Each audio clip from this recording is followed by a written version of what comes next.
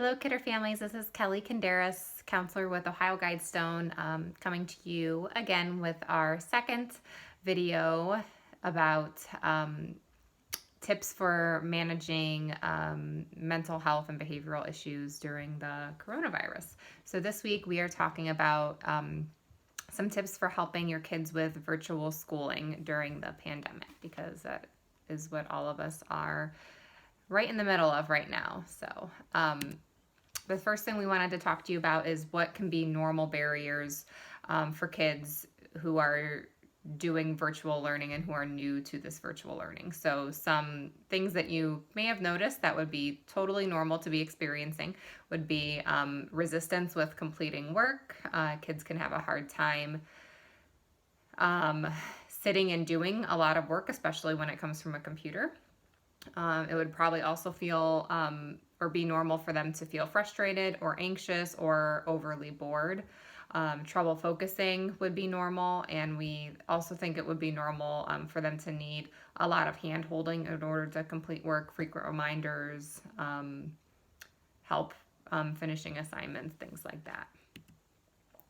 So our first tip to you to help have success with virtual schooling is to set up a dedicated space for your kid. So we want a space that is just for their schoolwork, that they typically don't do anything else in. And we think that this will help to kind of shift their mind frame from maybe I play in this space or I eat in this space to I just do school in this space. So having a space where they can have all of their school materials and where they just do school is kind of helping to create an environment that more resembles school. So if they're trying to do their schoolwork in their bed or in their bedroom, they may have a hard time focusing because they're used to playing or doing video games or doing a lot of other things in that space. Our second tip is to limit distractions. And that can be hard depending on your household, depending how many kids and people are in your house. But the more that we can limit noise and distractions, and I say that as my parrot is squawking ferociously downstairs. I don't know if you can hear that on the video. Distractions. So things like turning off televisions and news, putting away electronics, phones, tablets, smartwatches, anything with a screen that makes noise will probably be distracting. Keeping away any pets that might be distracting. Some pets are welcomed distractions and are helpful, and some are not, like my parrot downstairs who was just squawking. So that can be kind of a judgment call, depending. Putting desirable toys away, so a toy or an item that might be distracting to look at because they can't wait to play with it or use it as soon as they're done with school. So putting just those things, kind of like an out of sight, out of mind thing, can be helpful. And then just trying to limit the traffic going through your child's school space. So limiting siblings coming in and out, or you walking to and from in their school space, because that can be distracting as well. It's hard to completely get rid of that, but trying to limit it as much as possible. And our third tip is to use a timer and setting time limits for your kids with their work. So their typical school days are really broken up with activities. They may shift from doing individual work to doing schoolwork to doing lectures from a teacher, then to lunch and specials and recess and things like that. So their typical day is very dynamic, and they do lots of different things. They're not used to sitting in one space and doing all of their work from that space. So setting timers to let them know when they're switching things or when they get a break can help a lot with that. And kids who tend to be pretty concrete, helping them to know when an activity will be over or how much time they have left reading by having a timer, and a visual timer if you can, is something that can be helpful.